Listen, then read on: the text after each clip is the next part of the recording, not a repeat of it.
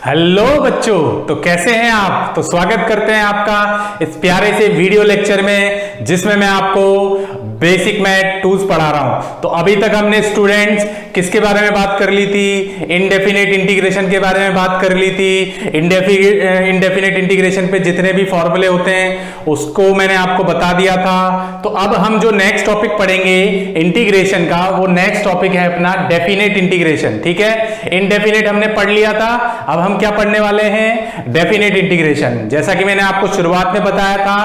ठीक है, अच्छा डेफिनेट और डेफिनेट इंटीग्रेशन यानी इंटीग्रेशन को हम अवकलन बोलते हैं, और अवकलन दो प्रकार के होते हैं, एक होता है डेफिनेट, एक होता है इनडेफिनेट। तो इनडेफिनेट हमने पढ़ लिया था, सारे रूल्स सब सीख लिए, वही रूल्स इस डेफिनेट में काम आएंगे। बस इसमें एक स्पेशल चीज मेरे को बतानी है, बाकी सब के सब रूल वही फॉलो होंगे।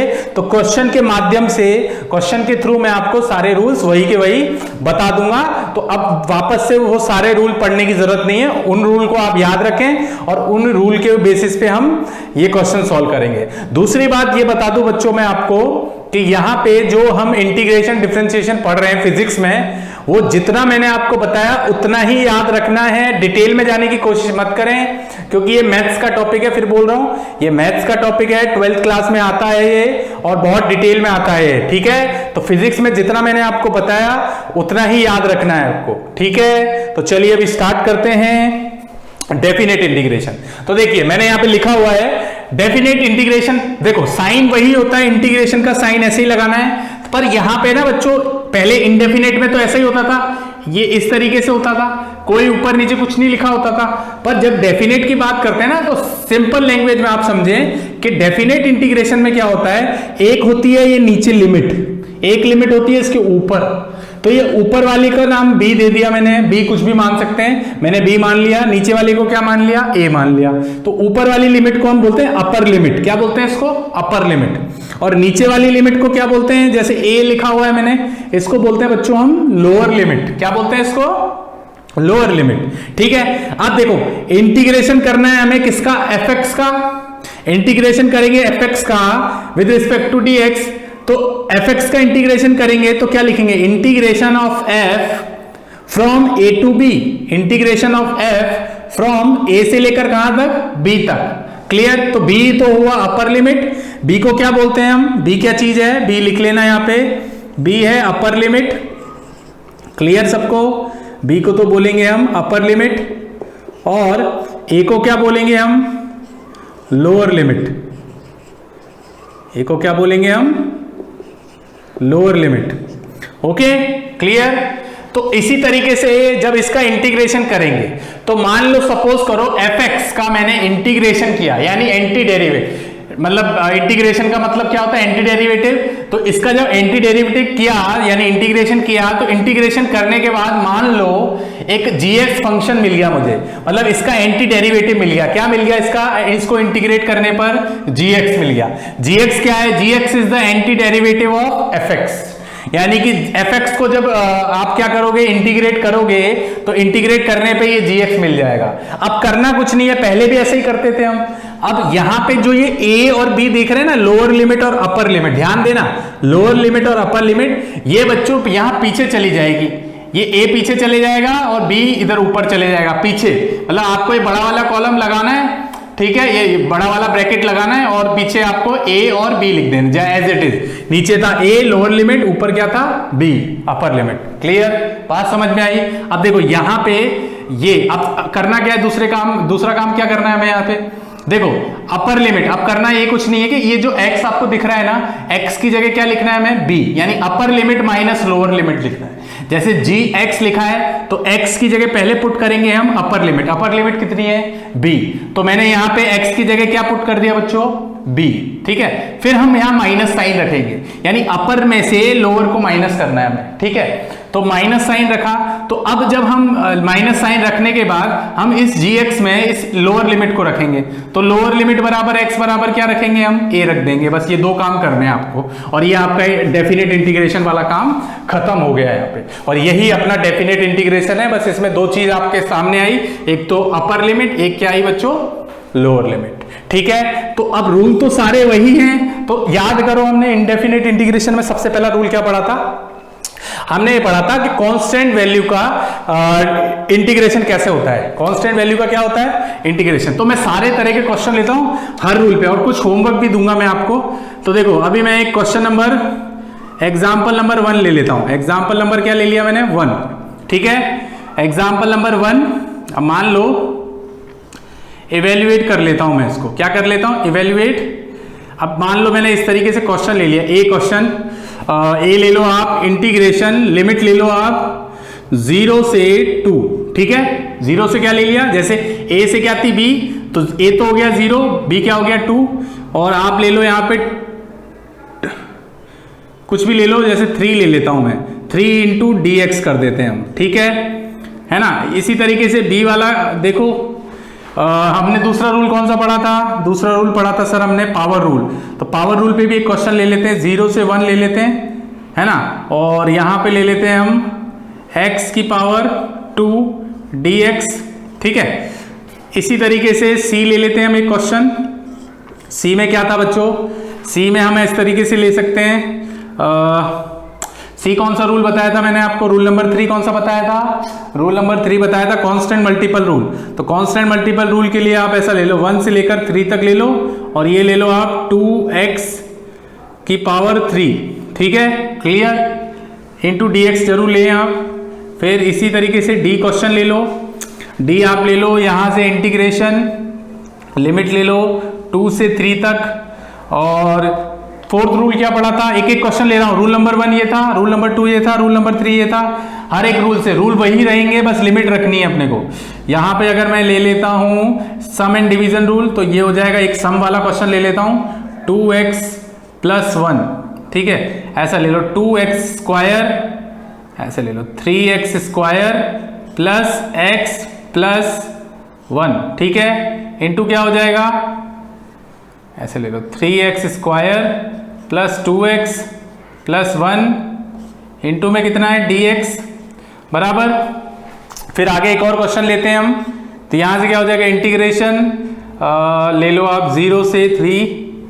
ठीक है, अब नेक्स्ट रूल क्या था? अच्छा, ये सम वाला ले लिया। अभी ऐसा करो 3x4 - 1 ले लो। ठीक है, इंटू डी एक्स कर लो। फिर एक और क्वेश्चन ले लेते हैं साइन का। तो साइन के लिए ले लेते हैं हम लिमिट ले लेते हैं हम इंटीग्रेशन 0 से π/2। ठीक है, sine x into d x. ठीक, तो फिर आगे एक और क्वेश्चन ले लेते हैं हम जी इंटीग्रेशन ये ले लो आप 0 से 180 cos x into d x. ठीक है, साइन वाले भी ले लिए हमने क्वेश्चन। और एक और ले लो जी एच वाला ले लो आप इंटीग्रेशन 0 से 1। ठीक है, 0 से 1 ले लो e की power 2x into d x. ठीक है, क्लियर। तो ये क्वेश्चन हमने ले लिए सभी रूल पर। क्लियर। अब चलो अभी सॉल्व करते हैं सारे क्वेश्चन। कितने हो गए? 1 2 3 4 5 6 7 8 क्वेश्चन हो गए। अब 8 में सॉल्व करके देता हूं आपको। फिर मैं आपको कुछ होमवर्क में भी दूंगा, उसको भी आप सॉल्व करें। रूल वही है, बस ये लिमिट लग गई, एक अपर लिमिट दूसरी लोअर लिमिट, बस ये पहचानना है अपने को। देखो अब क्वेश्चन नंबर 1 देखते हैं। तो सबसे पहले मैं करता हूं आंसर ए। क्या करूंगा बच्चों? आंसर ए करना है मुझे। तो आंसर ए में क्या लिखेंगे? देखो ये रहा क्वेश्चन। क्वेश्चन क्या है अपने पास? लिमिट क्या है? 0 से 2। क्या लिखा हुआ है? 3 इंटू डी एक्स बराबर। तो अब करना कुछ भी नहीं है, इंटीग्रेशन लिखेंगे 0 से 2। अब बताओ मुझे, क्या मैं इस 3 को, 3 कांस्टेंट है, तो क्या मैं 3 को बाहर ले लूं? अंदर क्या बचेगा? 0 से 2, अंदर 1 बचेगा। 1 डॉट क्या हो जाएगा? D x. बताओ 1 डॉट डी एक्स का क्या होता था? ये तो याद होगा आपको, वो होता था सर x। तो ये हो जाएगा कितना? x। ठीक है, प्लस सी लगाने की जरूरत नहीं है, x हो गया।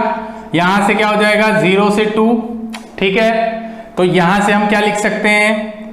प्लस सी नहीं लगाना है इसमें। ठीक है, तो यहां से क्या हो जाएगा 3x की पावर, अब ये क्या है अपर लिमिट, ये क्या है लोअर लिमिट, तो अपर लिमिट कितनी है 2, तो 2 को x की जगह 2 लिखेंगे और फिर x की जगह माइनस रखेंगे, फिर x की जगह क्या रखना है 0, तो ये 0 रख देना। यहां से क्या करोगे तो वहां पे दिख रहा है 0 को तो कोई मतलब है नहीं, 3 2 जा कितना होता है 6, तो ये फाइनल आंसर आ गया अपना 6।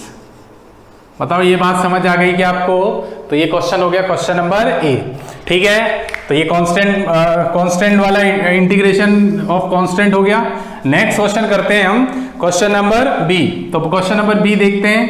क्वेश्चन नंबर बी में क्या है, इंटीग्रेशन 0 से क्या है 1 x की पावर 2 dx हो जाएगा। चलिए अभी बताइए कौन सा है पावर रूल। तो पावर रूल क्या था, पहले तो पावर रूल बताओ मुझे। पावर रूल क्या था, x की पावर n का इंटीग्रेशन क्या था dx, ये क्या था x की पावर n+1 अपॉन कितना था n+1। बताओ ये बात समझ आएगी आपको, क्लियर। तो ये इसी रूल को अप्लाई करेंगे हम पावर रूल को, तो पावर रूल को अप्लाई करते हैं। तो यहाँ से कितना हो जाएगा 0 से 1 है ना, आप डायरेक्ट ही अप्लाई कर दो। तो यहाँ से क्या हो जाएगा x की पावर 2+1 अपॉन कितना हो जाएगा 2+1, लिमिट 0 से 1 पीछे चली जाएगी। फिर क्या करेंगे हम, यहाँ से c लिखने की जरूरत नहीं है, ठीक है। तो बोलो यहाँ से x की पावर कितनी 3/3, 3/3 हो जाएगा, लिमिट क्या है 0 से 1। अब रखो upper limit minus lower limit, तो अपर लिमिट कितनी है 1 का क्यूब अपॉन 3 माइनस रख दिया, x की जगह रखना है ना, किसकी जगह x की जगह, जैसे यहाँ पे रखा था ना हमने x की जगह पहले क्या रखा था b, तो b रख दिया। तो यहाँ पे कितना है अपर लिमिट 1, तो 1 रख दिया। फिर 0 का क्यूब x की जगह अब क्या रखेंगे 0, 0 का क्यूब अपॉन 3। तो अब देखो जो 0 की बात करें हैं तो ये तो कितना हो जाएगा 1 का क्यूब कितना होता है 1, ये कितना हो जाएगा 0, तो फाइनल आंसर कितना आएगा बच्चों 1/3 आंसर। समझ आया क्या, तो स्क्रीन को पॉज करें और इसको नोट कर लें जल्दी से, ठीक है। देखिए बच्चों अगला क्वेश्चन है सी वाला क्वेश्चन। तो सी वाले क्वेश्चन में देखते हैं क्या है सी। देखिए सी में क्या है अपने पास सी वाला क्वेश्चन। तो सी में देखो सिंपल सा है, लिमिट क्या है 1 से लेकर 3 तक, ये कांस्टेंट मल्टीपल वाला था 2x³ इंटू dx है ना, फॉर्मूले वही है बस लिमिट रखी हुई है। तो यहाँ पे क्या लिखेंगे बोलो, यहाँ पे क्या लिख सकते हैं 2 को बाहर ले लें, इंटीग्रेशन क्या हो जाएगा x की पावर क्यूब, कांस्टेंट मल्टीपल है 1 से लेकर कितना 3 तक। अब बोलो 2x, तो x की पावर रूल लगा दें यहाँ पे, x की पावर 3+1 अपॉन 3+1, लिमिट क्या हो जाएगी यहाँ से 1 से 3 तक, ठीक है। अब करना क्या है यहाँ पे, तो सिंपल सी बात है, यहाँ पे 2 को बाहर ले लिया है ना, ये बात का ध्यान रखें आप। तो x की पावर कितना 4 हो जाएगा अपॉन कितना हो जाएगा 4, लिमिट क्या हो जाएगी 1 से लेकर 3 तक। तो यहाँ से क्या हो जाएगा, अब रखो तो अपर लिमिट कितनी है 3, तो 3 की पावर कितनी 4 हो जाएगा अपॉन 4 है ना, ये काम करना है। फिर माइनस क्या करेंगे, लोअर लिमिट रखें x की जगह, तो 1 की पावर 4 अपॉन 4 हो जाएगा। और यहां से अगर मैं देखूं तो देखो 3 की पावर 4 कितना होता है, 3 की पावर 4 देखो 3 का स्क्वायर होता है 9, 3 का क्यूब होता है 27 और 3 की पावर 4 होता है 84 होता है, सॉरी 81 होता है, ठीक है। देख लेते हैं 27 इंटू 3 कितना होता है, 3 7 जा, हाँ बराबर है, ठीक है। तो ये 81 बाय कितना हो जाएगा 4 हो जाएगा, माइनस का कितना 1/4, ठीक है। तो यहां से अगर मैं 4 को बाहर ले लूं, क्योंकि 4 कॉमन आ रहा है दोनों में, ठीक है, या एलसीएम भी ले सकते हैं आप, कोई दिक्कत नहीं है। चलिए एलसीएम ले लेते हैं, आपने ऐसा सीखा होगा। तो 81 - 1 अपॉन 4, तो ये कितना हो जाएगा बच्चों 2 2 जा होता है 4, तो ये हो गया 81 - 1 होता है 80 अपॉन कितना 2, और ये कितना आ गया स्टूडेंट्स 40 इज द आंसर। बताओ ये बात समझ आ गई आपको। तो ये हो गया अपना सी वाला क्वेश्चन, ठीक है। तो स्क्रीन को पॉज करें और उसको नोट कर लें जल्दी जल्दी। तो अगर आपको ये सारी बात समझ में आ रही है ना, तो आप स्क्रीन को पॉज करके बाकी बचे हुए क्वेश्चन भी मुझसे पहले सॉल्व कर सकते हैं, और फिर आप रीचेक करें कि हाँ ये आंसर मेरा बराबर है। स्क्रीन को पॉज करके बाकी बचे हुए D, E, F, G, H ये सब क्वेश्चन सॉल्व कर सकते हैं आप खुद से। हटा दूं, चलिए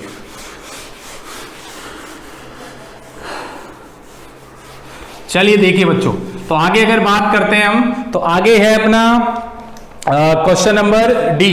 तो डी की बात कर लेते हैं। डी क्वेश्चन में क्या दे रखा है, वेरी इजी।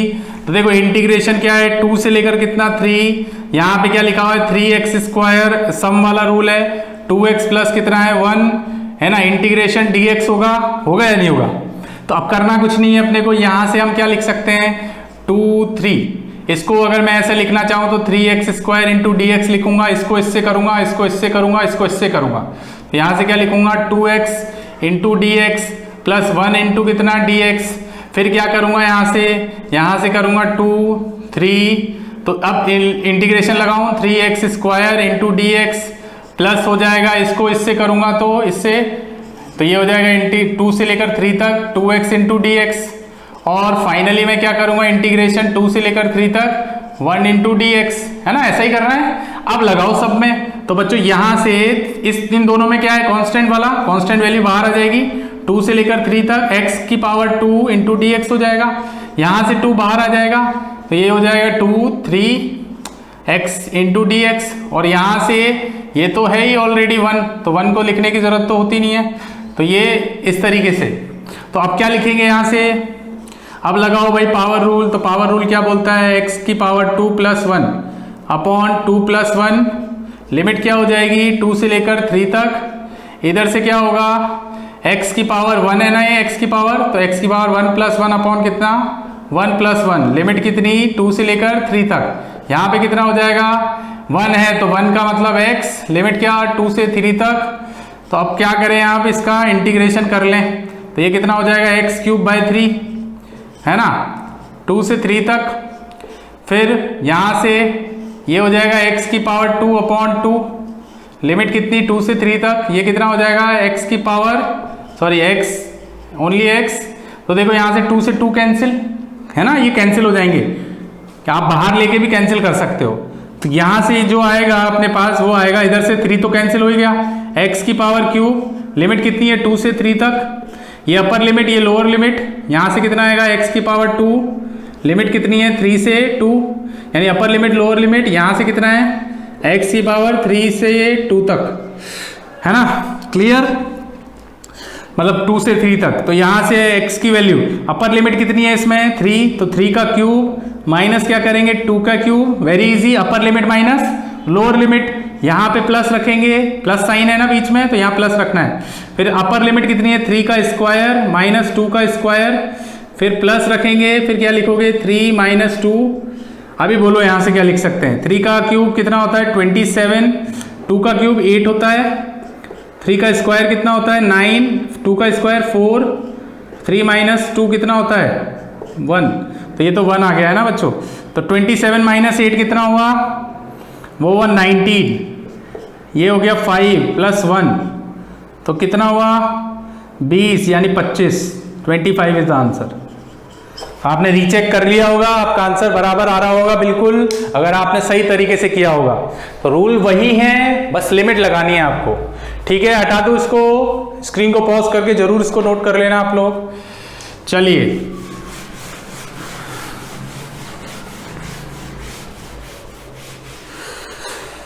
तो अब अपने कितने क्वेश्चन बचे हैं, तो इसको मैं हटा देता हूं यहां से, और मैं क्वेश्चनों को यहीं लिख देता हूं सारे। अब बचे हुए क्वेश्चन कितने हैं अपने, बचे हुए क्वेश्चन कौन से हैं EFGH, तो EFGH को मैं यहां लिख लेता हूं। क्वेश्चन नंबर ई को देखो, यहां पे कितना है 0 से 3, 3x 4 माइनस 1, ठीक है, और इंटू dx, ठीक है। f कितना है इंटीग्रेशन 0 से π/2, कितना है sin x इंटू dx, फिर g कितना है इंटीग्रेशन 0 से π cos x इंटू कितना है dx, और h कितना है अपना इंटीग्रेशन 0 से 1 e की पावर 2x इंटू dx। चलिए सॉल्व करते हैं इसको, ठीक है। तो इसको मैं हटा देता हूं यहां से बच्चों। चलो समझ आ गया, समझ आ रहा है ना सबको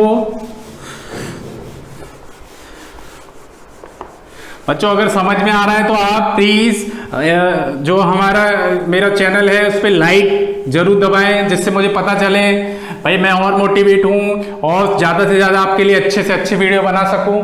तो आप लाइक के बटन को जरूर दबाएं, ठीक है बच्चों। क्लियर। तो चलो अभी देखते हैं ई वाला, डी तक कर लिया हमने, अभी ई वाला देखते हैं। ई वाला कैसे करना है, देखो यहां पे करते हैं हम ई वाला। चलो देखे तो ई वाले में क्या है ना। चलो ई वाला हम करते हैं, तो ये हो जाएगा अपना आंसर ई।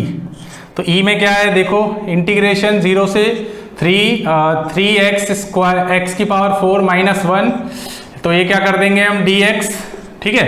तो यहां से क्या लिखोगे बच्चों, इसको ऐसा लिख सकते हैं कि 0 से 3x की power 4 into d x, minus इसको इससे कर दिया ना, माइनस 1 इंटू डी एक्स।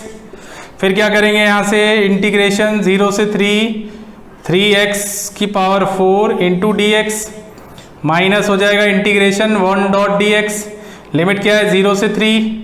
अब रखो भाई 3 को ले लो बाहर, 0 से 3 x की power 4 into d x minus 1 dot D x, 0 से 3, ठीक है। अब यहाँ पे लिख दो इसको, तो क्या करना है, बस कुछ नहीं, 3 तो 3x की x कितना, x की पावर 4 है, तो x की power 4 plus 1 upon 4 plus 1, limit कितनी है 0 से 3। फिर करो माइनस का, ये कितना हो जाएगा x, लिमिट कितनी है 0 से 3, रख दो भैया 3, ये कितना हो जाएगा x की पावर कितना 5 अपॉन 5, लिमिट कितनी है 0 से 3, यहाँ से कितना हो जाएगा x की पावर 0 से 3। अब आप चाहें तो इस 5 को बाहर ले सकते हैं कॉमन, या फिर ऐसे अंदर रहने दे। मैं एक काम करता हूं, अब की बार मैं इसमें कॉमन ले लेता हूं, बाहर ले सकते हैं। अंदर क्या बचेगा x की पावर 5, लिमिट क्या है 0 से 3, यहाँ से कितनी है x की पावर 0 से 3, ठीक है, लिमिट कितनी है 0 से 3। तो अब कुछ नहीं करें, 3/5 ये तो है ही इसमें। अब रखें 3 की पावर कितनी 5 होगी, माइनस 0 की पावर कितनी 5 होगी, यहाँ से क्या रखें x यानी 3 माइनस 0, पावर तो है ही नहीं यहाँ पे, तो यहाँ पे आप लिखेंगे 3/5। 3 की पावर 5 का मतलब बच्चों 81 इंटू 3 कर दो, तो 3 1 जा 3 होता है, 3 8 जा 24, तो 243 हो जाएगा। कितना हो जाएगा 243, 0 का तो 0 ही होता है, यहाँ से क्या ये 3 हो जाएगा क्योंकि 0 का कोई मतलब ही नहीं है। तो यहाँ से 3/3 इंटू 243 अपॉन कितना हो जाएगा 5, और 243 को इंटू कर लो, तो 3 इंटू 3 कितना होता है 9, 12 और 8 929, कितना हुआ 929 अपॉन 5, फाइनल आंसर। बताओ ये बात समझ आई कि आपको। तो ये हो गया अपना ई वाला क्वेश्चन। चलो अभी दूसरा करते हैं एफ वाला। एफ वाले में क्या है वो भी इजी है। लिमिट क्या है 0 से π/2। π/2 का मतलब सब बच्चों को पता होना चाहिए, मैंने बताया था बेसिक मैथ्स में ही बताया था।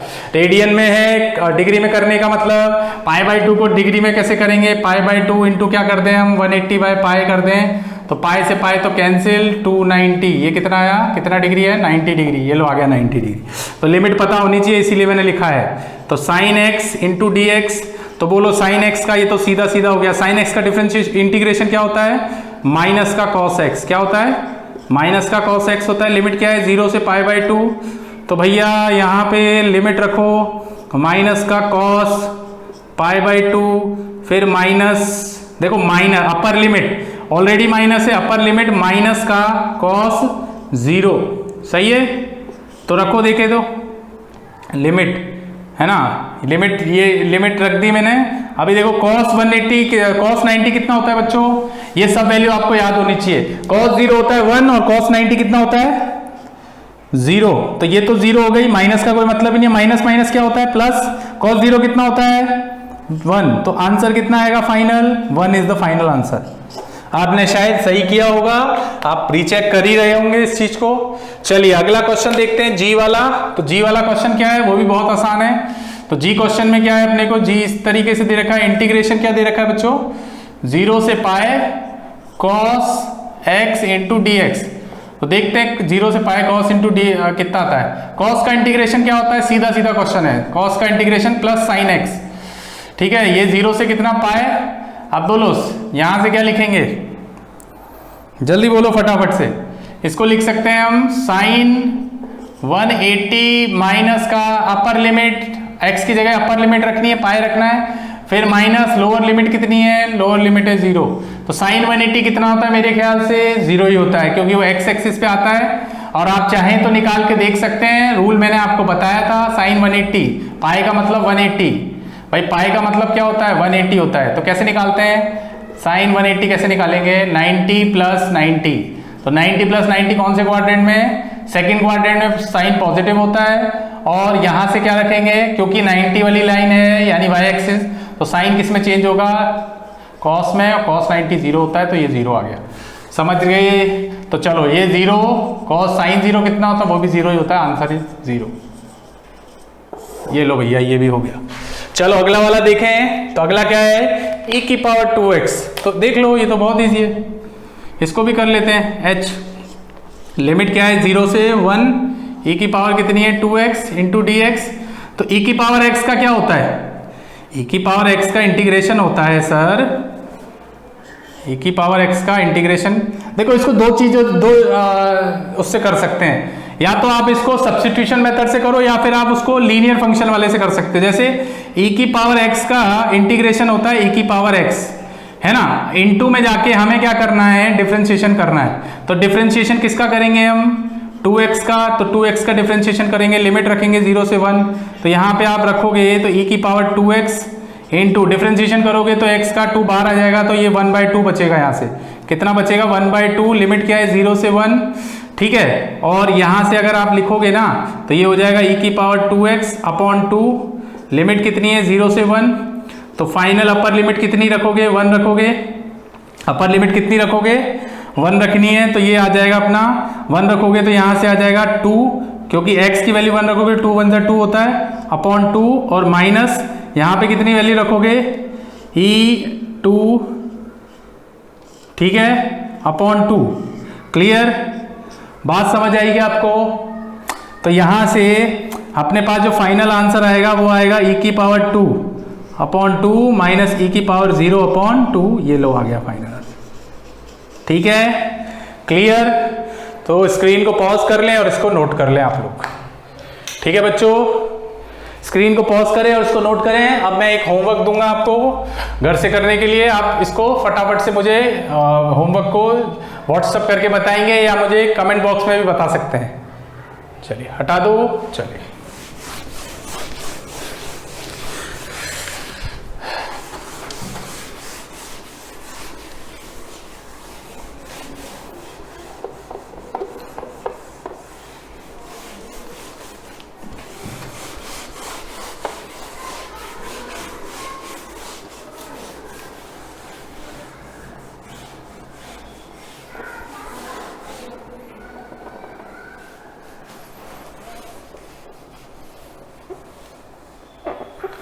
चलिए देखिए, ये बात समझ आई। चलो होमवर्क आज दे देता हूं मैं, ठीक है। चलिए ये क्वेश्चन मुझे होमवर्क में करके देना, होमवर्क, ठीक है। Question number 2, evaluate. चलिए ये देना है आपको इंटीग्रेशन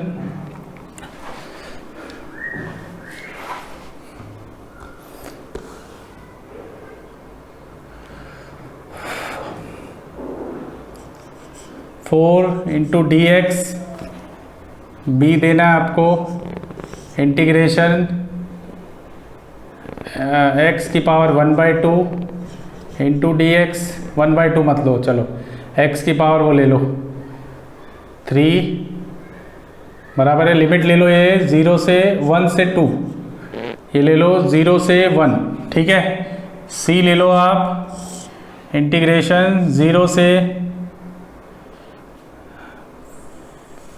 3, ठीक है।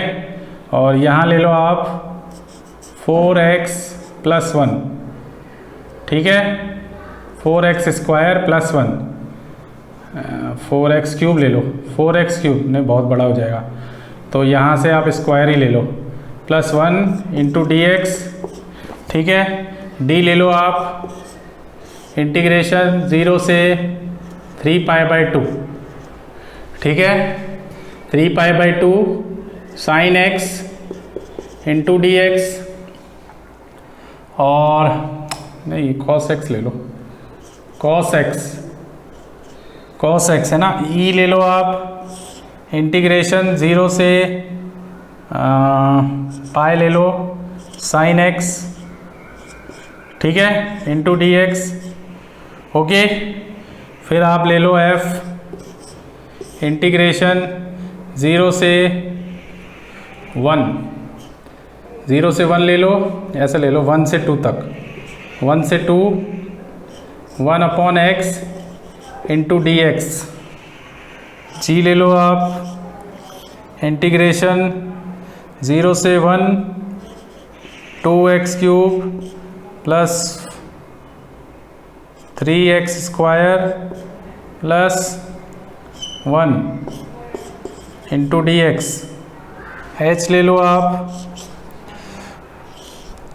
इंटीग्रेशन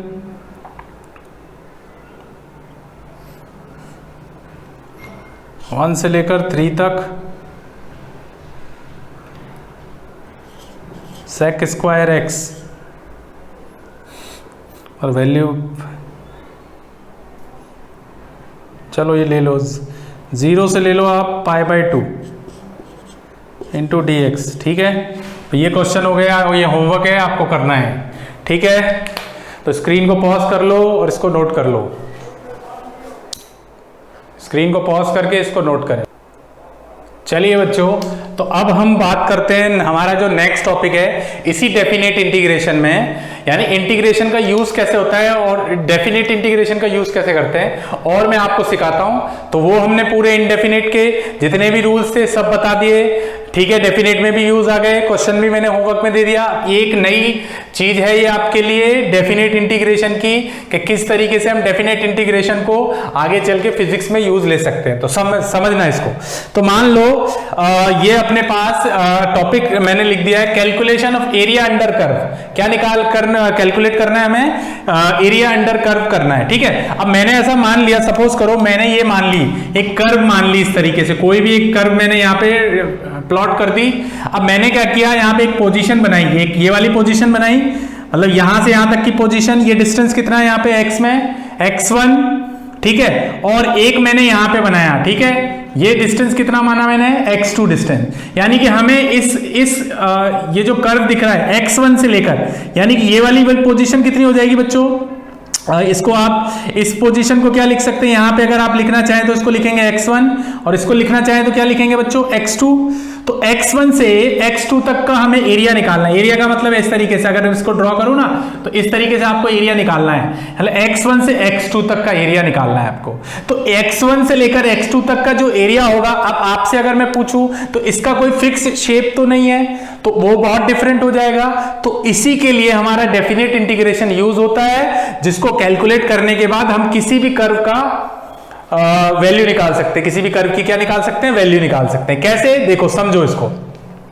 अब देखो यहां पे हमें क्या दे रखा है, इस तरीके से दे रखा है कि मान लो ये मैंने क्या किया, ये एक पॉइंट लिया, x1 माना यहाँ पे x एक्सिस पे, ये एक पॉइंट माना x2, और आपको पता है कि भाई y is equal to fx, यानी आपको ये बात मैं शुरुआत से ही बता चुका हूं कि x is a independent variable and y is a dependent variable. यानी कि जब जब हम x की वैल्यू यहां पुट करेंगे, क्या हमें y की वैल्यू मिल जाएगी, बिल्कुल मिलेगी। 1 की रखेंगे वैल्यू तो हमें y की वैल्यू भी जरूर मिलेगी, x बराबर 2 रखेंगे तो y की वैल्यू भी मिलेगी, x बराबर 3 रखेंगे तो y की वैल्यू मिलेगी।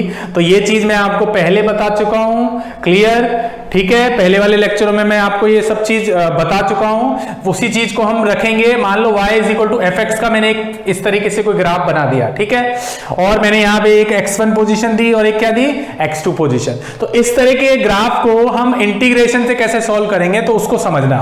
अब मैंने क्या किया, यहाँ पे मान लो यहाँ पे कुछ नहीं था, यहाँ पे कुछ भी नहीं था, ठीक है, मैंने इसको हटा देता हूं मैंने यहाँ पे कुछ नहीं था, ये x1 से लेकर x2 तक का ग्राफ बनाना है। तो सबसे पहला काम आप क्या करेंगे बच्चों, सबसे पहले आप एक स्ट्रिप बनाएंगे, एक पतली सी स्ट्रिप समझते हैं, पतली सी स्ट्रिप बनानी है, मतलब पतली पतली स्ट्रिप से तो क्या ये पूरा एरिया बना हुआ है भाई, छोटी छोटी। जैसे मैं आपको बोलूं ये मार्कर है तो मार्कर की लंबाई तो ये है, पर अगर मैं बोलूं छोटी छोटी लंबाई से छोटी छोटी पार्टिकल से मिलके क्या एक पूरा मार्कर बना है, बिल्कुल बना है। छोटी छोटी लंबाई, छोटी छोटी जो भी इसमें लंबाई होगी उन सबको मिला के क्या एक पूरी इसकी एल लेंथ मिल गई है, बिल्कुल मिल गई है। यानी L1 + L2 शुरुआत में याद करो मैंने आपको बताया था इंटीग्रेशन डिफरेंशिएशन में। तो हम क्या करेंगे, एक स्ट्रिप ले लेंगे पतली सी, है ना, एक पतली सी क्या ले लेंगे आप, स्ट्रिप ले लेंगे।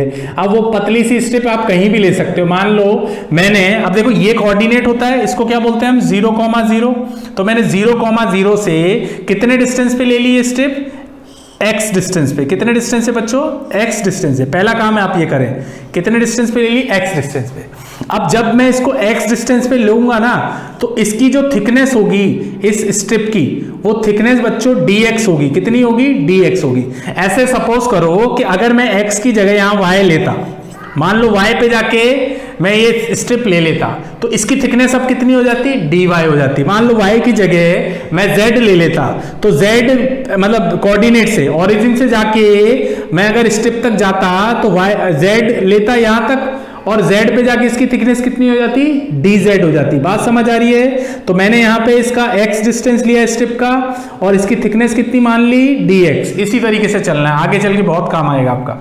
तो बच्चों ये तो हो गया अपना x, यहाँ तक का x1 है, यहाँ तक का x2 है, और हमें x1 से लेकर x2 तक का एरिया निकालना है। तो एरिया आप कैसे निकालेंगे, तो सबसे पहला काम क्या करेंगे हम, ये जो पतली सी स्ट्रिप दिख रही है ना बच्चों, अब देखो यहां से इसका टॉप मोस्ट पॉइंट है, तो यहां से ये y, तो y का मतलब ये पूरी इसकी लंबाई, ऊंचाई कितनी हो जाएगी, ऊंचाई का मतलब इसकी हाइट कितनी हो जाएगी, y हो जाएगी, और इसकी ये जो इसकी चौड़ाई है, विड्थ है, वो कितनी हो जाएगी, dx हो जाएगी। तो अगर मुझे लिखना हो area of the elemental strip, तो इस स्ट्रिप का अगर मुझे एरिया लिखना हो, तो एरिया लिखने का मतलब क्या होगी, एक तो देखो रेक्टेंगल शेप में दिख रही है आपको स्ट्रिप, क्या ये स्ट्रिप आपको ऐसे रेक्टेंगल शेप में दिख रही है इस तरीके से, तो रेक्टेंगल का एरिया क्या होता है बच्चों, रेक्टेंगल का एरिया लेंथ, ये लेंथ कितनी बोली है मैंने, y, लेंथ इंटू विड्थ होती है, विड्थ कितनी है बच्चों, dx, तो y इंटू क्या लिखेंगे हम, dx। तो एरिया, क्योंकि ये स्ट्रिप बहुत छोटी है, तो बहुत छोटी है तो इसका एरिया भी क्या होगा, बहुत छोटा,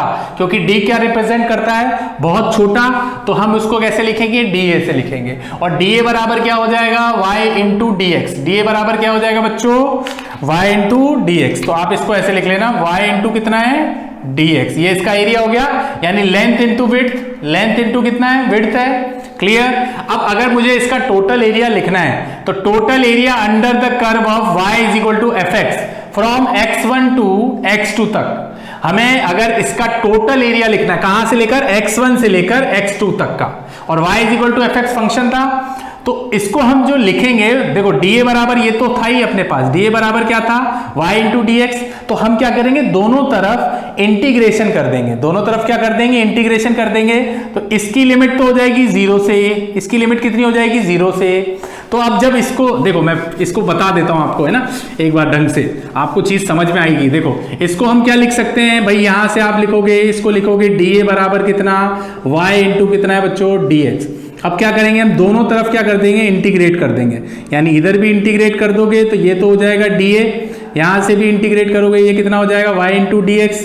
तो यहां से ये लिमिट हो जाएगी 0 से a, ठीक है, कितना, 0 से a, और यहां पे क्या हो जाएगी, मिनिमम लिमिट क्या है, x1 से लेकर कितना, x2।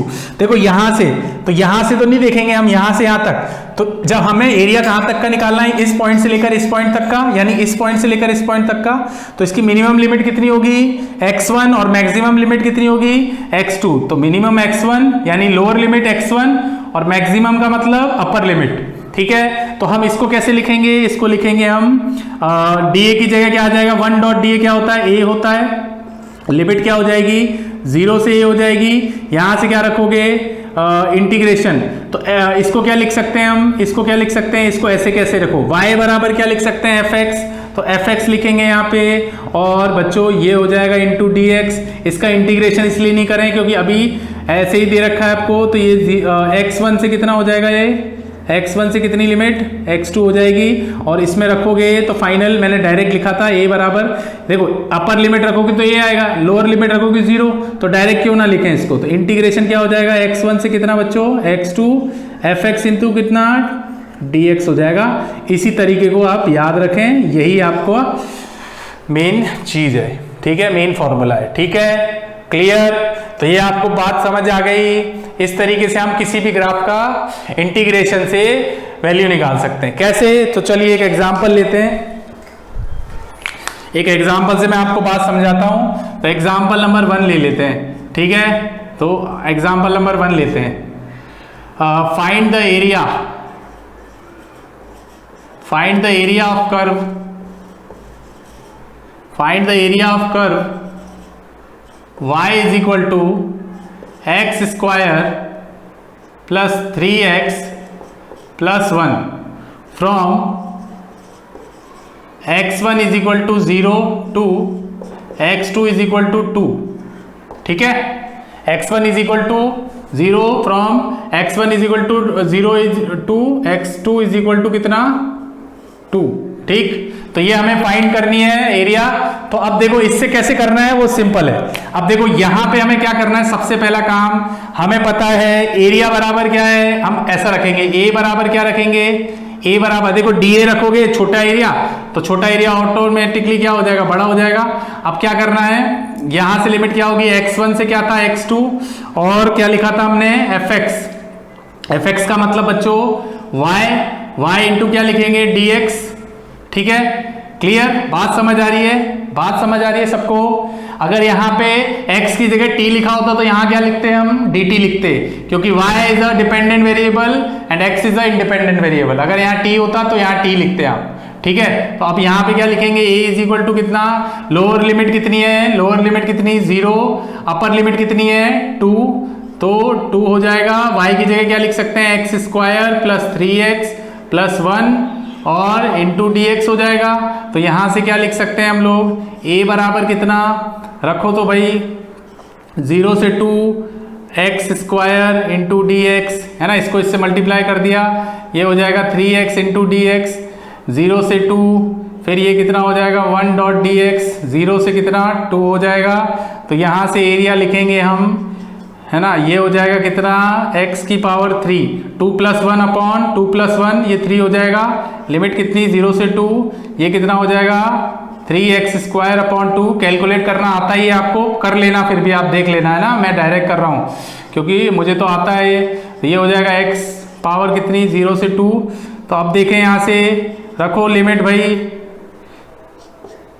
लिमिट रखते हैं, देखें कितना आता है, ये कितना 2 रखेंगे तो 2 का क्यूब अपॉन 3 माइनस 0 का क्यूब अपॉन 3, है ना, upper limit minus lower limit. फिर यहाँ पे रखो 3x 2 की power square upon 2 minus 3 into 0 का स्क्वायर अपॉन 2, यहाँ पे रखो 2 माइनस 0 रखते हैं। तो बच्चों यहाँ से क्या आएगा, एरिया आ जाएगा अपना ये हो जाएगा कितना 2/3 यानी 8/3, 0 का कोई मतलब है नहीं। यहाँ से कितना हो जाएगा, 1 2 से 2 कैंसिल, तो 6, 0 कोई मतलब है नहीं, यहाँ से आ जाएगा 2, तो ये इसको प्लस प्लस कर लो, तो ये कितना हो जाएगा 8/3 प्लस 8, ये कितना हुआ, कर लो प्लस, तो ये हो जाएगा 8 प्लस 3 8 जा 24, 32/3 कितना आया बच्चों, 32/3 मीटर स्क्वायर ले लो, इसको क्या ले लो, मीटर में ले लो सब, ये आंसर आ गया अपना। बात समझ आई क्या सबको? तो ये अपना एरिया आ गया। इस तरीके से आपको कैलकुलेट करना है।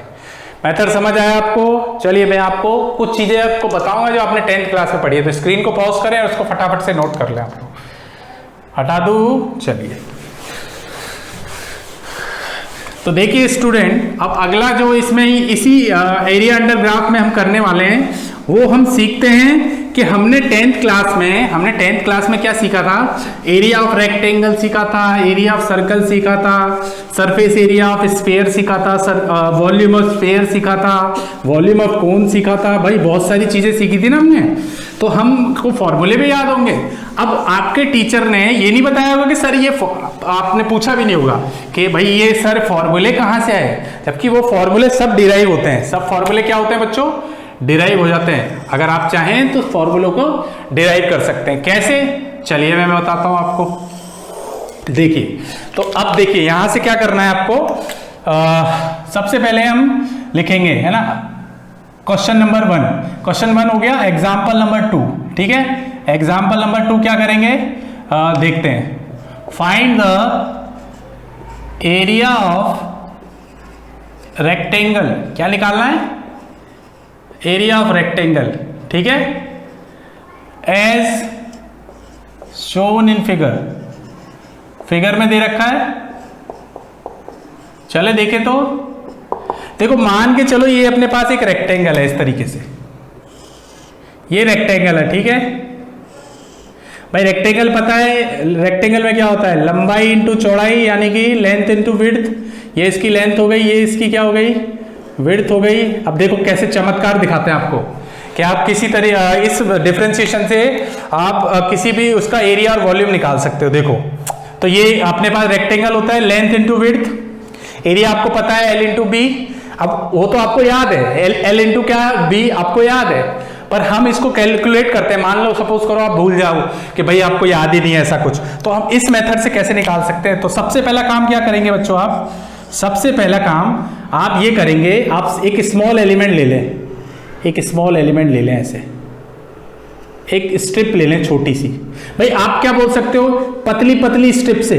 भाई ऐसे आप बोलोगे ना, भाई ये पतली स्ट्रिप, भाई आप क्या बोलोगे, पतली सी स्ट्रिप, ये पतली सी स्ट्रिप, ये पतली सी स्ट्रिप, है ना। ये पतली पतली स्ट्रिप से क्या एक पूरा रेक्टेंगल बना हुआ है, बिल्कुल बना हुआ है सर, है ना, बात समझ आ रही है ना, बना हुआ है ना।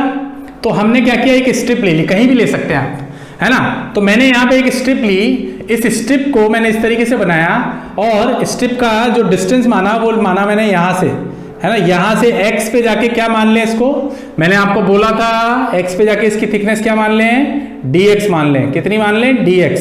इसकी थिकनेस कितनी हो जाएगी स्ट्रिप की, dx। बराबर, समझ आई बात।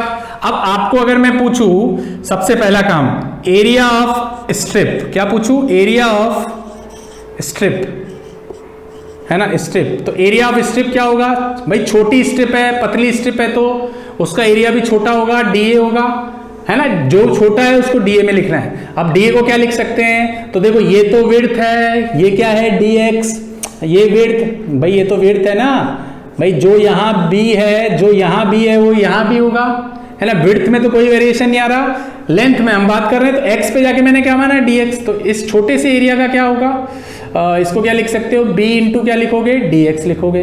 बताओ ये बात समझ में आई, लेंथ इंटू विड्थ लिखोगे, बिल्कुल लिखेंगे सर। अब आपको क्या करना है दूसरी स्टेप में, आप dA बराबर आपने क्या लिख दिया, आपने लिखा सर b इंटू dx। अब बच्चों यहाँ पे क्या करना है, इसको मुझे बड़ा करना है, तो चीजों को बड़ा करने के लिए हम उसका क्या कर देते हैं, इंटीग्रेशन कर देते हैं। तो ये तो इंटीग्रेशन हो गया, तो ये लिमिट क्या होगी, लिमिट क्या हो सकती है इसकी, देखो यहां से चले यहां पे पहुंच गए, क्योंकि ऐसे चल रहे हैं ना हम एक्स एक्सिस के अलोंग, तो ये कोऑर्डिनेट क्या मान लो, इस तरीके से कोऑर्डिनेट मान लो। ये कोऑर्डिनेट कितना हो गया, 0,0, तो ये कितना हुआ, ये मिनिमम लिमिट कितनी हो गई, 0, और यहां से यहां पहुंचेंगे तो मैक्सिमम लिमिट कितनी होगी, यहां से यहां गए तो कितनी लिमिट, l, तो ये l रख दिया हमने, बराबर। तो यहां से dA का करेंगे तो 1.dA क्या होता है, 1.dA होता है। सिंपल, डायरेक्ट कर लो, क्योंकि वो सब बता दिया मैंने। अब यहां से b को ले लो बाहर, b को बाहर लिया तो अंदर क्या बचेगा, 1.dx बचेगा, नहीं बचेगा, बिल्कुल बचेगा सर। तो यहां से a बराबर क्या होगा, b, 1.dx का क्या लिमिट क्या है, 0 से l है, 1.dx का कितना है x, 0 से क्या हो जाएगा l। बात समझ आ रही है क्या।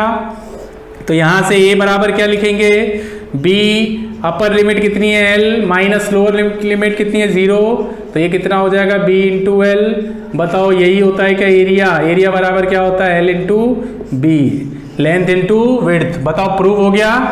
तो इस तरीके से हम प्रूव कर सकते हैं, प्रूव्ड। ठीक है, क्या हो गया, ये प्रूव हो गया। अब देखो ये चीज समझ आ गई सबको। अब आपको असली कहानी समझ में आई कि एक्चुअली में ये एरिया कैसे हम कैलकुलेट कर सकते हैं। ठीक है, तो अब नेक्स्ट एक और क्वेश्चन देखते हैं हम।